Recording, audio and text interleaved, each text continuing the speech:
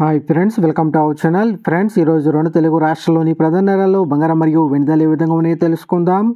అంతకు ముందుగా మా నుంచి మీకు ఒక రిక్వెస్ట్, మా వీడియోకి లైక్ చేయకపోతే లైక్ చేయండి. మీరు చేయలేక నాకు ఎంతో సపోర్ట్ ఎంకరేజింగ్గా ఉంటుంది. అదేవిధంగా మా ఛానల్ని సబ్స్క్రైబ్ చేసుకోండి, పక్కన వచ్చే గంట సింబల్ యాక్టివేట్ చేసుకోండి.